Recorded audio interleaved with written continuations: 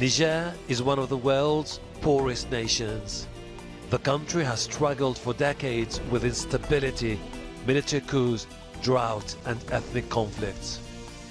But over the last few years, Niger has faced a far bigger challenge: the rise of armed groups that are expanding their influence in the Sahel region. In 2021, Nigerians elected a new president, Mohamed Bouazoum, a philosophy teacher turned politician. Bouazoum's inauguration was the first transfer of power between two democratically elected presidents since the country became independent in 1960. I am Hashim Ahbarra Inyami, where I will be talking to the President of Niger about France's recent decision to end its military operation in the Sahel region. Will Niger be able to deal on its own with the ever-growing threats from ISIL and Al-Qaeda affiliates operating in the areas bordering Mali, Burkina Faso and the Lake Chad? What is his plan to end poverty, corruption and bad governance? We put that to Mohamed Bouazoum as the President of Niger talks to Al Jazeera.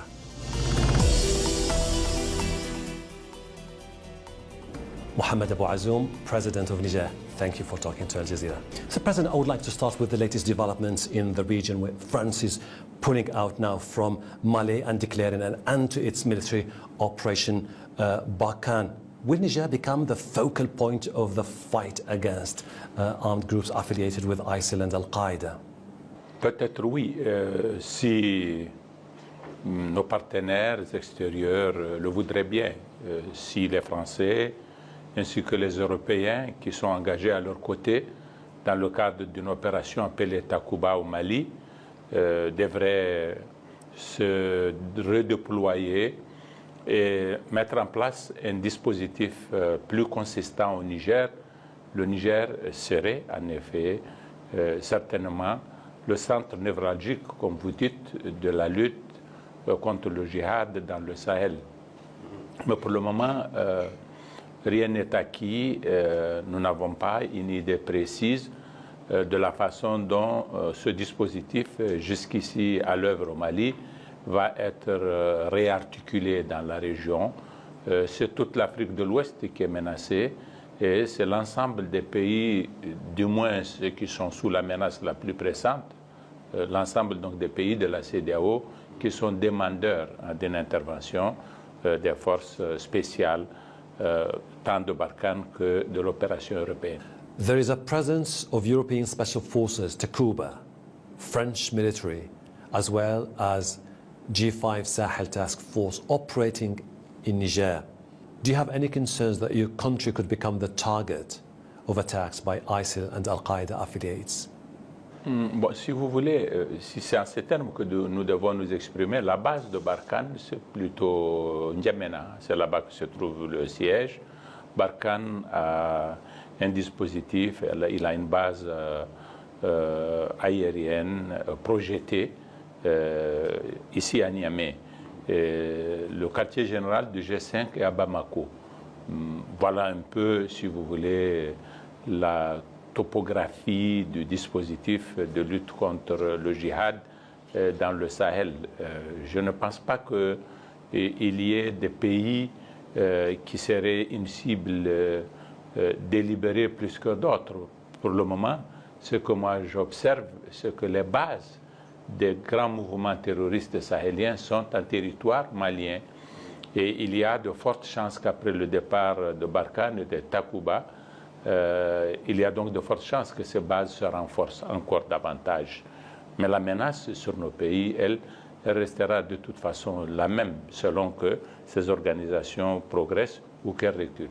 I would like to hear your opinion about the French-led military operation in the Sahel region. For French officials, it was a success. For many others here in this part of the world, it was a failure.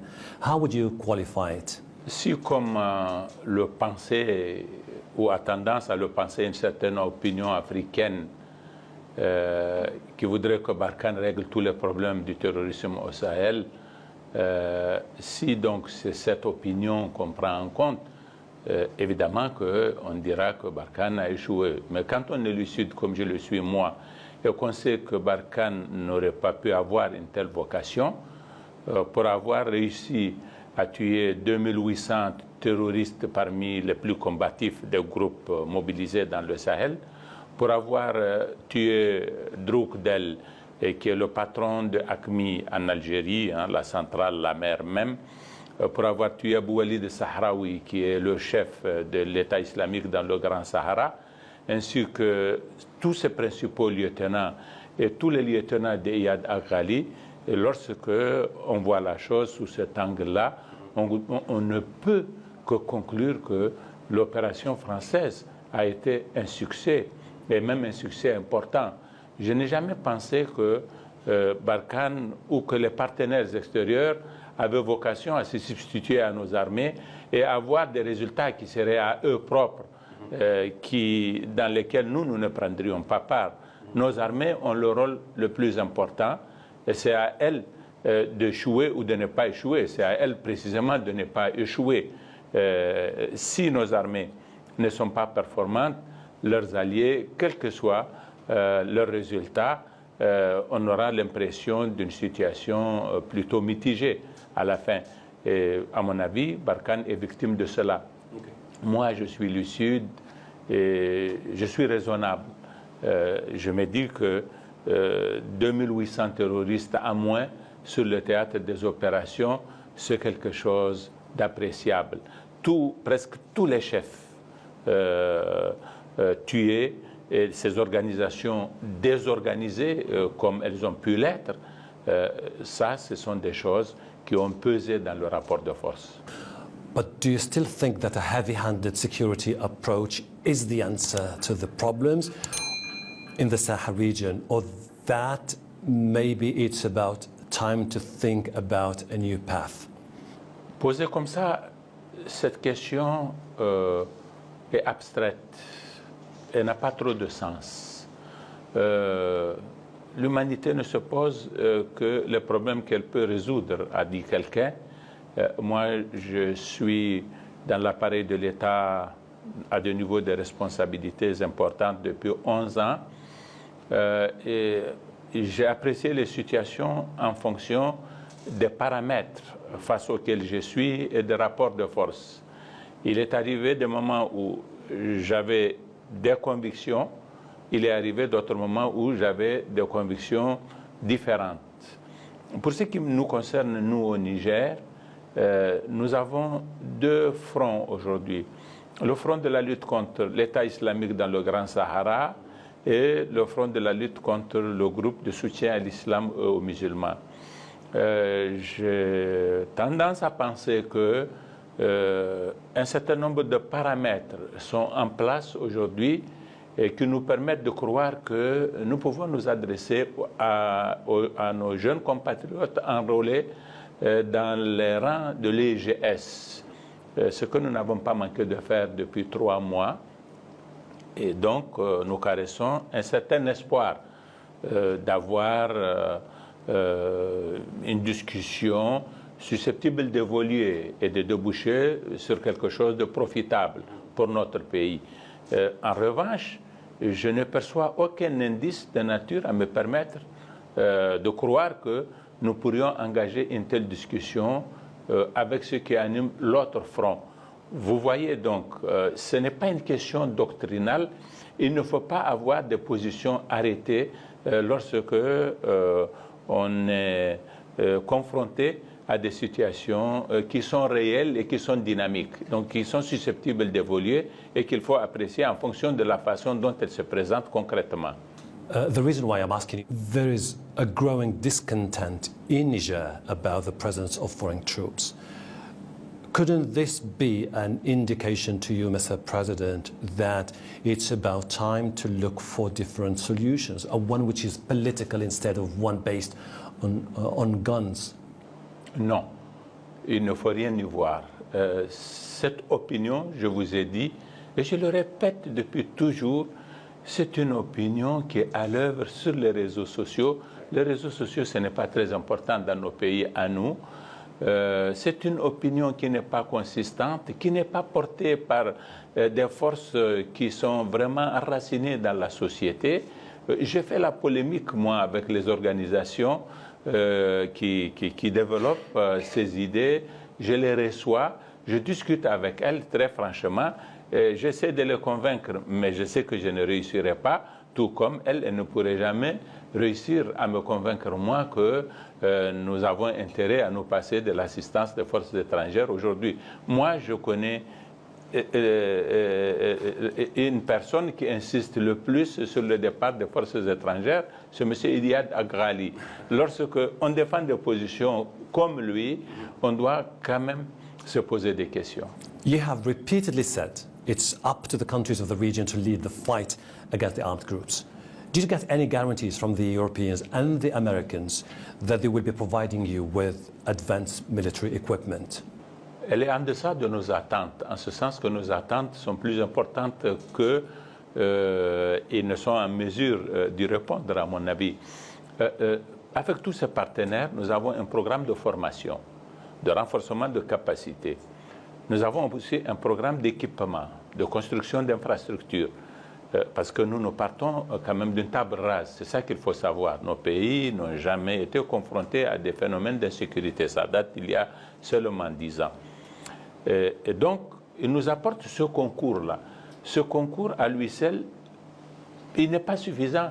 C'est pourquoi nous concevons leur présence physique avec les moyens qui sont les leurs et qui sont d'une nature supérieure des moyens que nous sommes capables de mobiliser. Leurs capacités aériennes sont différentes des nôtres. Et c'est une dimension qui va faire, à mon avis, la différence dans le rapport de force auquel nous avons affaire. Et donc, par conséquent, nous allons nous satisfaire de ce qu'ils peuvent nous donner. Nous ne pouvons pas cracher dessus parce que ce serait objectivement insuffisant. Si nous récusons et que nous disons que nous n'avons pas besoin d'eux, il va nous arriver ce qui va arriver au Mali. Et moi, je sais que la situation du Mali va être très difficile, eux qui ont fait l'option de se passer de ces partenaires. Donc il vaut mieux être avec ce partenaire, même dans la limite des moyens insuffisants qu'ils mobilisent à nos côtés, que de rompre avec eux. You've also been talking about the need to coordinate efforts in the region to be able to deal with the rise of ISIL and Al-Qaeda affiliated groups. But there have been some military coups in Mali, Burkina Faso and Guinea. How would you characterize your relationship now with the military juntas in those countries? Nous ne pouvons pas être par principe d'accord avec des coups d'État militaires parce que leur survenance complique la situation de ces pays et nous complique notre combat commun contre le terrorisme. Le fait seulement d'annoncer un coup d'État pour ces pays les prive des ressources financières importantes. Il faut savoir que nous sommes, tous ces 3 pays, du Mali, du Burkina et du Niger, très dépendants de l'assistance extérieure, dont le bénéfice est assujetti à un certain nombre d'exigences qui ne sont pas compatibles avec le coup d'État militaire. Lorsqu'un coup d'État militaire survient et qu'un lieutenant-colonel prend le pouvoir, la première institution qui s'en trouve totalement désorganisée et déstructurée, c'est l'organisation militaire. Et c'est paradoxalement au moment où on a le plus besoin d'elle. Et au Mali, et au Burkina Faso, les coups d'État sont intervenus sous le prétexte que les régimes civils n'ont pas été en mesure d'assurer la sécurité. Eux, ils n'ont aucune recette pour améliorer cette situation, bien au contraire. Ils se mettent dans une situation qui va réduire leur capacité financière dans des conditions où leur armée aura été déstructurée et où ils ont par conséquent moins de chances de lutter contre l'insécurité parce qu'après tout, c'était eux qui étaient sur le front. Et ce sont ceux qui sont sur le front qui viennent prendre le pouvoir, qui s'installent, qui deviennent présidents, qui deviennent ministres et qui laissent totalement le terrain du combat contre le terrorisme. C'est ça qui est arrivé au Mali. Le jour où les militaires ont pris le pouvoir et qu'ils ont été occupés à gérer le pouvoir et à faire la politique, tous les postes militaires avancés de l'armée malienne le long de notre longue frontière ont été envahis par les terroristes et ont disparu. Aujourd'hui, sur plusieurs centaines de kilomètres à notre frontière avec le Mali, nous n'avons pas un seul partenaire malien, militaire ou civil. Et ça, c'est la conséquence du coup d'État. Il n'y a que ceux qui ne savent pas ce qui se passe sur le terrain, qui pensent qu'ils peuvent apporter quelques solutions. Ils ne viennent avec aucune solution. D'abord, au plan de la gouvernance et au plan de l'éthique, je suis sûr qu'ils sont à un niveau inférieur à celui dont le régime civil, pourtant, auquel nous pouvons faire beaucoup de reproches, contre lesquels, en l'espèce, surtout le Mali, nous avons beaucoup de griefs. Ils ont des capacités, eux, encore moindres qu'eux, à gérer la situation de leur pays. Mr. President, the Malian military authorities say that it's about time to talk to some of the armed groups. Do you think it's a good idea? Dans la mesure où je vous ai dit que moi, je me suis adressé à certains de nos jeunes qui sont enrôlés dans les rangs de l'EIGS, comment penseriez-vous que je ne serais pas d'accord avec le fait qu'un autre État qui connaît sa situation mieux que moi et qui est capable de l'apprécier mieux que quiconque dise qu'il a envie de parler avec ce groupe? Non, je serai toujours respectueux de tout ce qui pourrait être fait pour autant que cela ne soit compatible avec l'éthique qui doit être à l'œuvre lorsque on gère ce genre de questions. Okay. Bad governance and corruption are one of the main reasons why millions of Africans are disillusioned with their political elite and may have contributed to some of those young people in the Sahel region joining ISIL and Al-Qaeda affiliates. How do you plan to address those problems? Si la mauvaise gouvernance et la corruption étaient à la base du développement du phénomène du terrorisme, ce seraient les jeunes des villes qui se seraient enrôlés dans les organisations terroristes parce qu'ils sont en proie aux pires difficultés et ils ont un niveau de conscience qui leur permet de faire un certain raisonnement et de s'engager. Donc, soyons nuancés dans l'évaluation du rapport de causalité entre ce que nous voyons et ce qui peut en être la cause. Aujourd'hui, le terrorisme dans le Sahel, il est porté par certaines communautés plutôt que d'autres. Ce sont les communautés pastorales. C'est la preuve que le pastoralisme est en cause dans la façon dont les événements se reproduisent dans nos pays. Nous avons un symptôme comme ça, d'une situation économique difficile. On peut l'affirmer, mais tout en restant là encore nuancé, parce que ce n'est pas toutes les communautés pastorales qui sont enrôlées dans les organisations terroristes. Donc, sur l'analyse, il faut être très prudent. Il y a beaucoup de facteurs accidentels, totalement contingents, qui ne donnent pas la possibilité d'une véritable épistémologie dans la façon dont on peut apprendre ces questions-là. Mr. President, each time there is violence in Nigeria, Mali and Burkina Faso, thousands of refugees cross into your country. Do you feel that you have been abandoned by the international community? Lorsqu'il s'agit des réfugiés, le Haut Commissariat aux réfugiés, qui est un organisme des Nations Unies, fait un travail que nous apprécions positivement. Nous avons tendance même à penser qu'ils voient des réfugiés même là où il n'y en a pas. Nous avons généralement été en désaccord sur les statistiques. Nous avons la faiblesse de penser qu'il y a chez eux comme une tendance à gonfler les chiffres. Je ne sais pas pour quelle raison. Donc, lorsqu'il s'agit de réfugiés, le système des Nations Unies fait un travail relativement appréciable, franchement appréciable, mais ce dont personne ne s'occupe véritablement, il faut le dire, ce sont les citoyens des pays eux-mêmes déplacés internes. Nous avons eu des populations importantes déplacées à Difa pendant longtemps. et qui n'ont pas bénéficié d'une prise en charge conséquente de la communauté internationale.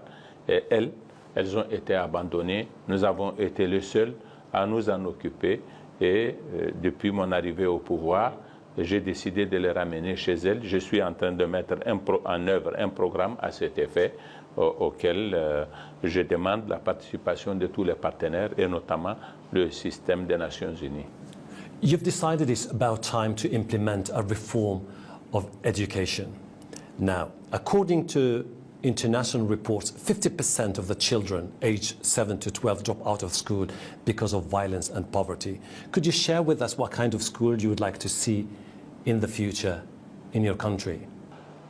Nous sommes un pays qui réalise des taux de croissance démographique très élevés. Et il est arrivé, il y a de cela quelques années, que nous ayons frôlé un taux de croissance de presque 4%. Nous sommes légèrement en dessous. Ça a des conséquences importantes. En 1960, lorsque nous avons accédé à l'indépendance, nous étions 3 millions. Aujourd'hui, nous sommes peut-être 23 millions. Vous voyez le défi que cela peut poser sur le plan de l'éducation et de la délivrance de tous les services sociaux. C'est une croissance qui demande des ressources importantes dont nous ne disposons pas. Et ce taux très élevé de la croissance démographique, il est le symptôme justement du dysfonctionnement de notre système éducatif.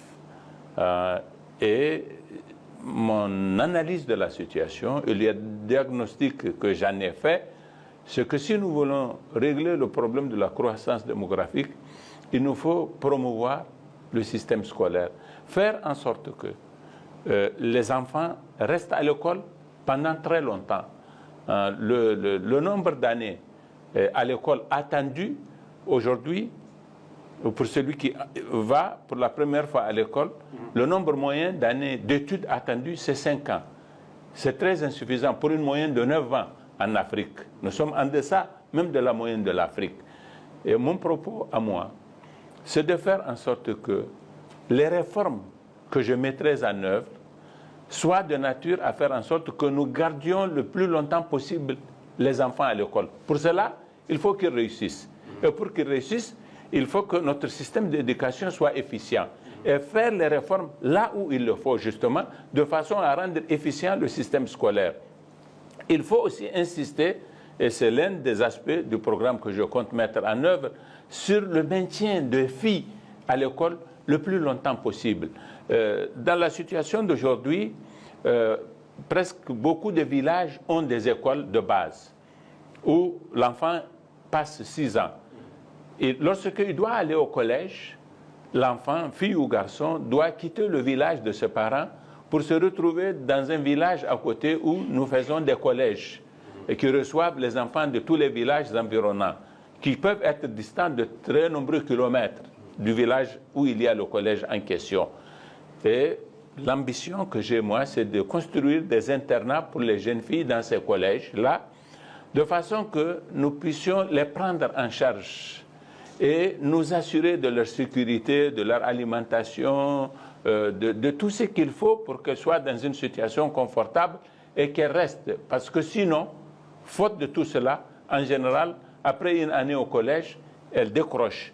Et en retournant chez leurs parents, ils les donnent en mariage. Et nous avons des taux de mariage d'enfants très, très élevés. C'est ça qui explique le taux de croissance démographique si fort. Et mon ambition, c'est de faire en sorte que je garde les filles jusqu'à l'âge de 18 ans. Et que, plutôt qu'elles aient à se marier à 13 ans et qu'elles commencent à faire des enfants à l'âge de 14 ans, qu'avant 20 ans, elles aient 2 enfants, c'est en général la règle, voire même 3 malheureusement. Qu'avant 25 ans, elles aient jusqu'à 5 enfants, 6 enfants, c'est ça la réalité de notre pays. You were elected in 2021 in the first peaceful transfer of power in Niger. Are you confident your country will be able to navigate through the complex political landscape and the challenges that we see without compromising its democratic gains? Ce sera difficile, mais pas impossible. Je pense que les difficultés sont derrière nous. Nous avons réussi l'alternance démocratique C'était notre plus grand défi. Les choses sont moins difficiles désormais. Et donc, par conséquent, oui, nous réussirons. Je symbolise un espoir, l'espoir de la fin, justement, de la problématique ethnique et de son rapport au pouvoir, tout simplement. Oui, je pense que nous avons rendu un grand service à notre pays, à nous déjà, mais certainement aussi que nous pourrions représenter un modèle pour les autres pays africains. Mohamed Abou Azoum, President of Niger, thank you for talking to Al Jazeera. Je vous en prie.